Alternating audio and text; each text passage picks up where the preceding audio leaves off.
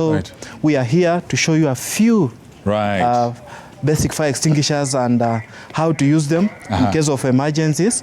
And just when an emergency occurs, how are the occupants allowed or are supposed to move to the evacuation to the fire assembly point. Now, Brian, you're from Radar Security. It's a company that actually responds to a lot of these fires. So he actually knows what he's talking about. Yes. Now, they say charity begins at home. Yes. So let's start at home. Yeah. What can a common Kenyan, something has happened, there's a fire in the house, usually from the kitchen. Yes. Talk to us. What do we do? What happens? From the kitchen, most probably it might be a leaking gas, or you are cooking and you forgot anything that was cooking, you left without knowing. We use the fire blanket. We come, pull my fire blanket. Oh, wow. You just pull it like that? Just pull it. Make sure you cover your hands. Okay. Come on. Cover your face. You must be safe. Go down. Cover what you are cooking. Make sure it's tightly covered. After that, give it a few seconds. Come, assess. The fire will be off.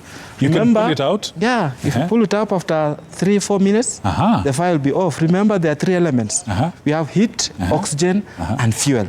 Heat, oxygen, and fuel. So when you smother, when you cover it, you are covering oxygen. There is no oxygen in the fire. And when there's no oxygen, then the fire triangle is not complete. So the fire goes off. And this thing can't catch fire? No. Fire blanket? This fire blanket is made of fiberglass that is heat resistant up to 250 degrees. Oh, so assuming I'm making my obusuma, my ugali, and something happens, I get distracted and I move away, and it catches fire. So the first thing is pull the fire blanket and then just come, cover my hands. Make sure you cover your hands. Cameraman, can you get that? Yes. So we hold it from this way, so that our hands are covered. They are covered. Cover your face. Your face is so important. So behind it, and then just... You cover there, and it's free. But these fire blankets, I can almost guarantee not many people have them in their houses. Yeah, many people don't know even how to use them. They don't have them in their houses. And there's a simple gadget that costs 3,000 shillings. 3,000 shillings? Yeah, only 3,000 shillings. And you can use it more than once? You can use it more than once. You can use it twice, 3 times when there's a fire emergency. Wow. Yeah. And so I mean, clearly 3 times.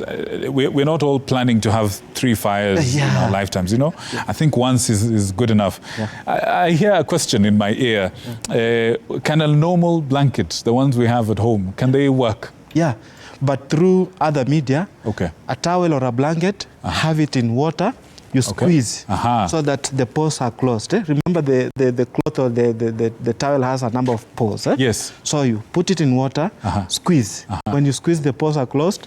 It might act as a fire blanket, not 100% sure, but it might help in areas that don't have a fire blanket. Yes.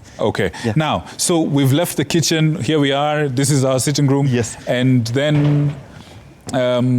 what if the fire is a different kind of fire? Let's say it's an electrical fire from the meter box or the fuse box. Yes. What do we do?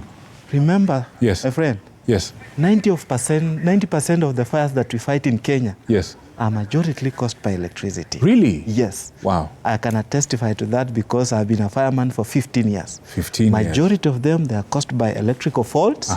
And you find that a few people do overload the extension cords. So you find that the carelessness that they are doing causes the fire. So for electrical fires, we have different types of fire extinguishers. Right. Here. Number one, we have a dry powder.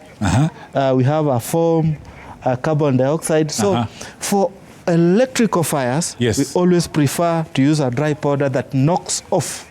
Dry powder? Yes, dry powder that knocks off the fire. We always also prefer using a carbon dioxide fire extinguisher in a closed room. Because you cannot use it outside because of its effectiveness. So we use the dry powder. It's made of sodium bicarbonate soda that knocks off the fire. If it is a meter box that is burning, or an extension cord that is burning, or a socket, or a plug. You just come, pull the pin. After pulling the pin, you aim at the base of the fire. You squeeze as you sweep sideways. Okay, so assuming, let me see this red thing. Yes. This red thing is our fire right here. Yes. To just give our cameras something to focus on. Yes. That is our fire. Yes. How do we actually handle it? How do we handle it? So that's the red spot is where the fire is. Where the fire is. Okay. Now, is a very simple formula that we usually use. We as firemen, we usually call it PASS. PASS. PASS. PASS. PASS. Yes. PASS. Number one, have the fire extinguisher. You have it in your hand. Okay. Give me one. Give me one. Let me try. Which one? You can have this. This one. Yeah. Just pull the pin. I pull the pin. Are you seeing this? You pull the pin? Just pull the pin. Like that? Yes. It must be easy to remove. This one is... Oh, it's out now. Yeah. Okay. And then you hold it this way. I lift it like this. It must not be too close to the fire. Not too close. Not too far. Not too far. Call it a reasonable distance. Reasonable distance. Yes. So when you are there, you press the release trigger. This one. As this one faces where the fire is. Okay. As you press, you sweep sideways to cover a larger geographical area where the fire is. So let me try. So the fire is here. Yes. Reasonable distance. Is this good enough? That's good enough. So I spray sideways. Put off the fire. Brilliant. Brilliant.